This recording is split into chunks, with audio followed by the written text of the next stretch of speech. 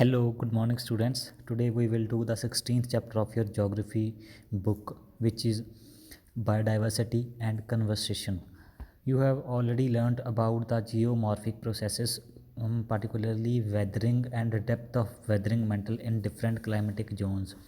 ਤੁਸੀਂ ਪੜ੍ਹਿਆ ਹੋਊਗਾ ਜੀਓਮੋਰਫਿਕ ਪ੍ਰੋਸੈਸਿਸ ਬਾਰੇ, ਠੀਕ ਹੈ, ਜਿਹੜੇ ਕਿ ਜਿੱਦਾਂ ਕਿ ਵੈਦਰਿੰਗ ਹੁੰਦੀ ਹੈ ਅਤੇ ਜਿਹੜੇ ਮਤਲਬ ਕਿ ਜਿਹੜਾ ਆਪਣਾ ਅਰਥ ਦਾ ਮੈਂਟਲ ਹੈ, ਠੀਕ ਹੈ, ਉਹਦੀ ਵੈਦਰਿੰਗ ਹੋਣ ਦੇ ਨਾਲ ਨਾਲ ਅਲੱਗ ਡਿਫਰੈਂਟ ਕਲਾਈਮੈਟਿਕ ਜ਼ੋਨਸ ਦੇ ਵਿੱਚ ਕਿੱਦਾਂ ਉਹਦੀ ਵੈਦਰਿੰਗ ਹੁੰਦੀ ਰਹੀ, ਠੀਕ ਹੈ, ਉਸ ਚੀਜ਼ ਬਾਰੇ।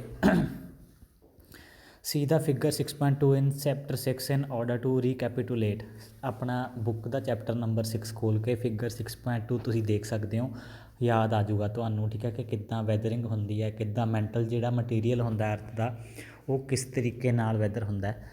You should know that this weathering mantle is the basis for the diversity of vegetation and hence the biodiversity। ਇਹ ਜਿਹੜਾ ਵੈਦਰਿੰਗ ਮੈਂਟਲ ਹੁੰਦਾ ਹੈ, ਠੀਕ ਹੈ, ਇਹੀ ਰਿਸਪੋਂਸੀਬਲ ਹੈ ਕਿ ਅੱਜ ਇੱਥੇ ਕਿੱਦਾਂ ਦੀਆਂ ਵੈਜੀਟੇਸ਼ਨਸ ਅਵੇਲੇਬਲ ਨੇ, ਠੀਕ ਹੈ, ਉਹਨਾਂ ਦੇ ਵਿੱਚ ਡਾਈਵਰਸਿਟੀ ਹੈ, ਉਹਨਾਂ ਦੇ ਵਿੱਚ ਡਿਫਰੈਂਸਿਸ ਕਿੰਨੇ ਨੇ, ਠੀਕ ਹੈ, ਅਤੇ ਉਸ ਤੋਂ ਬਾਅਦ ਹੀ ਆਪਣੇ ਜਿਹੜੀ ਬਾਇਓਡਾਈਵਰਸਿਟੀ ਹੈ ਉਹ ਪੋਸੀਬਲ ਹੈ। ਬਾਇਓਡਾਈਵਰਸਿਟੀ ਕੀ ਹੁੰਦੀ ਹੈ ਬੱਚੇ? ਬਾਇਓਡਾਈਵਰਸਿਟੀ ਹੁੰਦੀ ਹੈਗੀ ਅਲੱਗ ਅਲੱਗ ਲਿਵਿੰਗ ਔਰਗਨਿਜ਼ਮਸ, ਪਲਾਂਟਸ, ਐਨੀਮਲਸ, ਠੀਕ ਹੈ, ਵੱਖ ਵੱਖ ਤਰੀਕਿਆਂ ਦਾ ਇੱਕੋ ਜਗ੍ਹਾ 'ਤੇ ਪ੍ਰੈਜੈਂਟ ਹੋਣਾ। ਬਾਇਓ ਦਾ ਮਤਲਬ ਲਾਈਫ ਅਤੇ ਡਾਈਵਰਸਿਟੀ ਮਤਲਬ ਡਿਫਰੈਂਟ ਟਾਈਪਸ 'ਤੇ, ਠੀਕ ਹੈ, ਸੋ ਇੱਕ ਜਗ੍ਹਾ 'ਤੇ ਪ੍ਰੈਜੈਂਟ ਹੋਣਾ ਉਹ ਕੰਸਿਸਟ ਕਰਦੀ ਹੈ ਆਪਣੀ ਬਾਇਓਡਾਈਵਰਸਿਟੀ। The basic cause for such weathering variations and resultant biodiversity is the input of solar energy and water। ਸਭ ਤੋਂ ਬੇਸਿਕ ਕੌਜ਼ ਕੀ ਹੈ ਇੱਦਾਂ ਦੀਆਂ ਵੇਰੀਏਸ਼ਨਸ ਦਾ? ਪਹਿਲੀ ਗੱਲ ਤਾਂ ਹੈਗਾ ਸੋਲਰ ਐਨਰਜੀ ਅਤੇ ਦੂਸਰਾ ਹੈਗਾ ਵਾਟਰ, ਮਤਲਬ ਕਿੱਦਾਂ ਦਾ ਕਿੰਨੀ ਕੁ ਪ੍ਰੈਜੈਂਟ ਹੈ, ਉਹਦੀ ਕਿੰਨੀ ਕੁ ਅਵੇਲੇਬਿਲਿਟੀ ਕਿਸੇ ਜਗ੍ਹਾ 'ਤੇ ਹੈਗੀ ਹੈ। No wonder that the areas that are rich in these inputs are the areas of wide spectrum of biodiversity। ਜਿਸ ਜਗ੍ਹਾ 'ਤੇ ਸੋਲਰ ਐਨਰਜੀ ਵਧੀਆ ਅਮਾਊਂਟ ਦੇ ਵਿੱਚ ਅਵੇਲੇਬਲ ਹੈ, ਯਾਨੀ ਕਿ ਵਧੀਆ ਸਨਲਾਈਟ ਕੋਈ ਜਗ੍ਹਾ ਰਿਸੀਵ ਕਰਦੀ ਹੈ ਅਤੇ ਉੱਥੇ ਵਧੀਆ ਕੁਆਲਿਟੀ ਦੇ ਵਿੱਚ ਵਧੀਆ ਅਮਾਊਂਟ ਦੇ ਵਿੱਚ ਵਾਟਰ ਅਵੇਲੇਬਲ ਹੈ, ਤਾਂ ਉੱਥੇ ਬਹੁਤ ਵੱਡੇ ਮਤਲਬ ਆਪਾਂ ਕਹਿ ਸਕਦੇ ਹਾਂ ਵਾਈਡ ਸਪੈਕਟਰਮ ਦਾ ਮੀਨਿੰਗ ਹੈਗਾ ਬਹੁਤ ਵੱਡੀ ਰੇਂਜ ਹੈ ਬਾਇਓਡਾਈਵਰਸਿਟੀ ਦੀ, ਠੀਕ ਹੈ ਬੱਚੇ। ਹੁਣ ਆਹ ਬਾਕਸ ਰੀਡ ਕਰਦੇ ਹਾਂ ਆਪਾਂ। Biodiversity as we have today is the result of 2.5 to 3.5 billion years of evolution। 2.5 ਤੋਂ 3 ਬਿਲੀਅਨ ਈਅਰਸ, ਠੀਕ ਹੈ, ਐਵੋਲਿਊਸ਼ਨ ਹੋਈ ਡਿਫਰੈਂਟ ਔਰਗਨਿਜ਼ਮਸ ਦੀ, ਲਿਵਿੰਗ ਥਿੰਗਸ ਦੀ, ਠੀਕ ਹੈ। ਉਸ ਤੋਂ ਬਾਅਦ ਆਪਣੀ ਜਿਹੜੀ ਬਾਇਓਡਾਈਵਰਸਿਟੀ ਹੈ ਇੱਦਾਂ ਦੀ ਹੈ ਜਿੱਦਾਂ ਦੀ ਅੱਜ ਐਗਜ਼ਿਸਟ ਕਰਦੀ ਹੈ। Before the advent of humans our earth supported more biodiversity than in any other period. ਇਨਸਾਨਾਂ ਦੇ ਹੋਂਦ ਤੋਂ ਪਹਿਲਾਂ, ਠੀਕ ਹੈ, ਬਹੁਤ ਜ਼ਿਆਦਾ ਬਾਇਓਡਾਈਵਰਸਿਟੀ ਸਪੋਰਟ ਕਰਦੀ ਸੀ ਆਪਣੀ ਅਰਥ ਹੋਰ ਕਿਸੇ ਵੀ ਪੀਰੀਅਡ ਤੋਂ ਜ਼ਿਆਦਾ, ਠੀਕ ਹੈ। Since the emergence of humans however biodiversity has begun a rapid decline with one species after another bearing the brunt of extinction due to over use.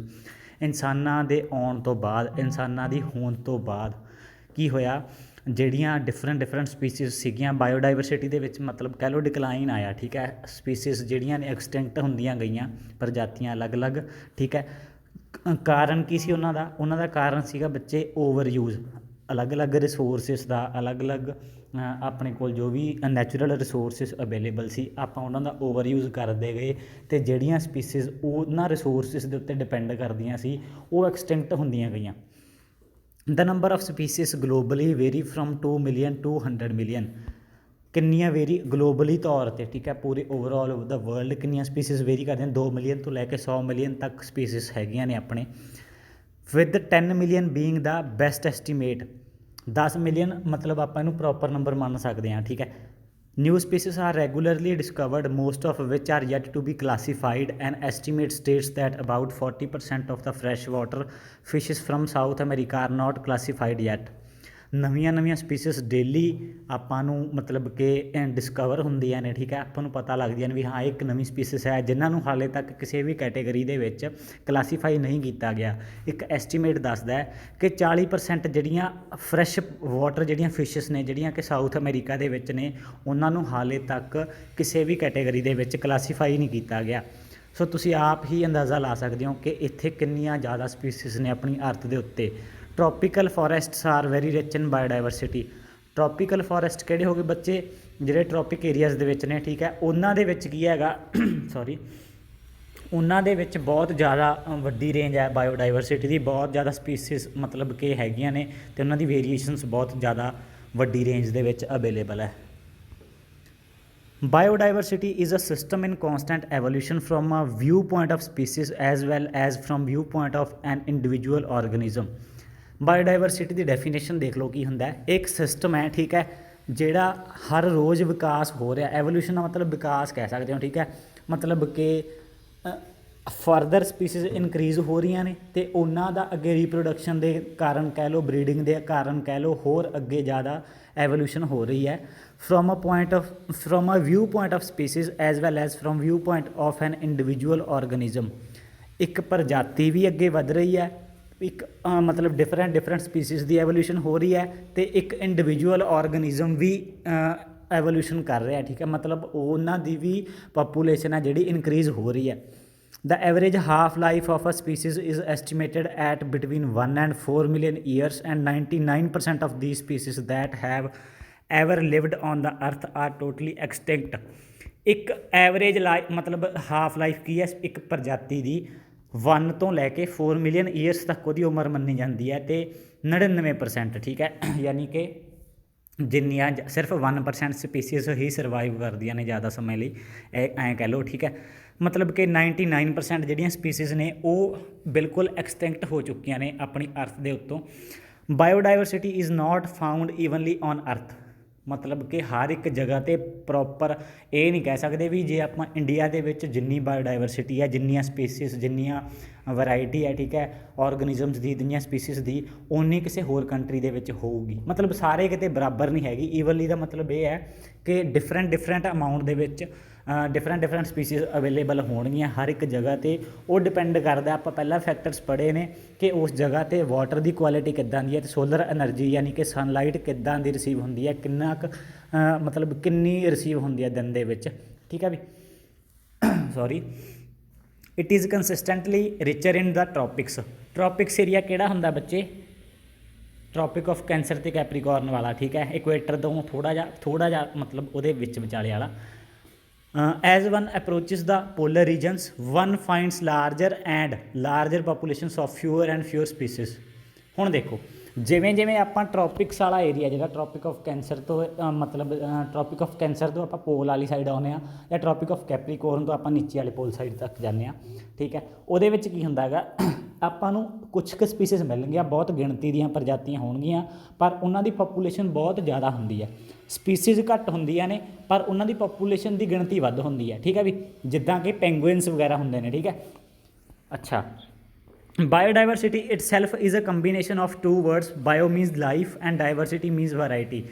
ਇਹ ਚੀਜ਼ ਤੁਸੀਂ ਯਾਦ ਰੱਖਣੀ ਹੈ ਵੀ in simple terms biodiversity is the number and variety of organisms found within a specified geographic region।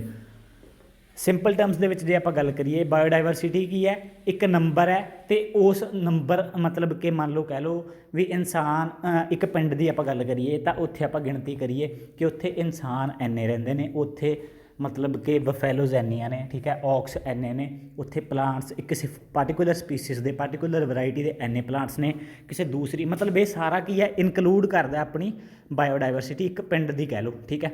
ਸੋ ਇੱਦਾਂ ਹੀ ਆਪਾਂ biodiversity ਹੈ ਜਿਹੜੀ ਉਹਨੂੰ ਇੱਕ ਟਰਮ ਦੇ ਵਿੱਚ ਜਦੋਂ ਲੈ ਕੇ ਆਉਣਾ, ਇਹ ਉਹਦੀ ਟਰਮ ਹੈ, ਠੀਕ ਹੈ, ਇਹ ਉਹਦੀ ਡੈਫੀਨੇਸ਼ਨ ਹੈ। It refers to the varieties of plants, animals and microorganisms, the genes they contain and the ecosystem they form. ਹੁੰਦੀ ਕੀ ਹੈ ਬਾਇਓਡਾਇਵਰਸਿਟੀ? ਪਲਾਂਟਸ ਦੀ, ਐਨੀਮਲਸ ਅਤੇ ਮਾਈਕਰੋ ਔਰਗਨਿਜ਼ਮਸ ਦੀ ਵੈਰਾਇਟੀ ਕਿੰਨੀ ਅਵੇਲੇਬਲ ਹੈ, ਠੀਕ ਹੈ, ਉਹਨਾਂ ਦੇ ਵਿੱਚ ਕਿਹੜੀ ਮਤਲਬ ਕਿੱਦਾਂ ਦੇ ਜੀਨਸ, ਠੀਕ ਹੈ, ਅਤੇ ਈਕੋਸਿਸਟਮ ਕਿੱਦਾਂ ਦਾ ਫੋਰਮ ਕਰਦੇ ਨੇ ਉਹ, ਇਹ ਸਾਰਾ ਕੀ ਹੈ ਆਪਣੀ ਬਾਇਓਡਾਇਵਰਸਿਟੀ ਕੰਸਿਸਟ ਕਰਦਾ। It relates to the variability among the living organisms on the earth, including the variability within and between the species and then within and between the ecosystem.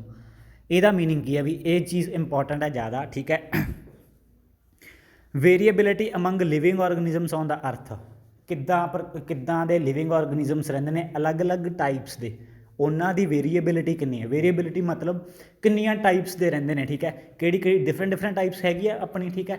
ਆਪਾਂ ਹਿਊਮਨ ਬੀਇੰਗਸ ਆਪਣੇ ਵਿੱਚ ਹੀ animals ਵੀ ਰਹਿੰਦੇ ਨੇ, ਠੀਕ ਹੈ, ਆਪਣੇ ਪਿੰਡਾਂ ਦੇ ਵਿੱਚ ਆਪਾਂ ਦੇਖਦੇ ਹਾਂ ਕ੍ਰੌਪਸ ਦੀ ਵੈਰਾਈਟੀ ਕਿੰਨੀ ਹੈ। ਸੋ ਇਹ ਸਾਰੀਆਂ ਲਿਵਿੰਗ ਔਰਗੈਨਿਜ਼ਮਸ ਜਿੰਨੀਆਂ ਵੀ ਨੇ, ਠੀਕ ਹੈ, ਉਹਨਾਂ ਦੀ ਵੇਰੀਏਬਿਲਿਟੀ। ਉਸ ਤੋਂ ਬਾਅਦ ਪ੍ਰਜਾਤੀਆਂ ਦੀ, ਠੀਕ ਹੈ, including the variability within and between the species and then within and between the ecosystem. Species ਦੇ ਵਿੱਚ ਕਿੰਨੀ ਵੇਰੀਏਬਿਲਿਟੀ ਹੈ ਅਤੇ ਆਪਣੇ ਈਕੋਸਿਸਟਮ ਦੇ ਵਿੱਚ ਕਿੰਨੀ ਵੇਰੀਏਬਿਲਿਟੀ ਹੈ, ਇਹ ਸਾਰਾ ਕੀ ਇਨਕਲੂਡ ਕਰਦਾ ਹੈ, biodiversity. Biodiversity is are living wealth. ਆਪਣੀ ਮਤਲਬ ਕਿ ਜਿਉਂਦੀ ਜਾਗਦੀ ਜਿਹੜਾ ਸਰਮਾਇਆ ਹੈ, ਠੀਕ ਹੈ, ਉਹਨੂੰ ਆਪਾਂ ਬਾਇਓਡਾਇਵਰਸਿਟੀ ਕਹਿ ਸਕਦੇ ਹਾਂ। It is a result of hundreds of millions of years of evolutionary history. ਇਹ ਨਤੀਜਾ ਜਿਹੜਾ ਅੱਜ ਆਪਾਂ ਦੇਖ ਰਹੇ ਹਾਂ, ਠੀਕ ਹੈ, ਆਪਣੇ ਆਲੇ ਦੁਆਲੇ ਆਪਣੀ ਅਰਥ ਹੈ ਜਿਹੜੀ, ਇਹ ਕਿਹਦਾ ਰਿਜ਼ਲਟ ਹੈ ਵੀ, ਇਹ ਬਹੁਤ ਹਜ਼ਾਰਾਂ ਕਰੋੜਾਂ ਸਾਲ ਦੇ ਵਿੱਚ ਜੋ ਵੀ ਵਿਕਾਸ ਹੋਇਆ ਆਪਣੀ ਅਰਥ ਦਾ, ਜਿਵੇਂ ਜਿਵੇਂ ਚੇਂਜਸ ਹੁੰਦੀਆਂ ਗਈਆਂ ਅਡੈਪਟੇਸ਼ਨਸ ਦੇ ਅਕੋਰਡਿੰਗ, ਜਿਹੜੀਆਂ ਸਪੀਸੀਜ਼ ਨੇ ਸਰਵਾਈਵ ਕੀਤਾ, ਉਹ ਸਾਰਾ ਕੀ ਹੈ ਅੱਜ ਆਪਾਂ ਕਹਿ ਸਕਦੇ ਹਾਂ ਵੀ ਅੱਜ ਆਪਣੀ ਉਹ ਬਾਇਓਡਾਇਵਰਸਿਟੀ ਹੈ। Biodiversity can be discussed at 3 levels: genetic diversity, species diversity and ecosystem diversity. ਬਾਕੀ ਆਪਾਂ ਨੈਕਸਟ ਵੀਡੀਓ ਦੇ ਵਿੱਚ ਕਰਾਂਗੇ।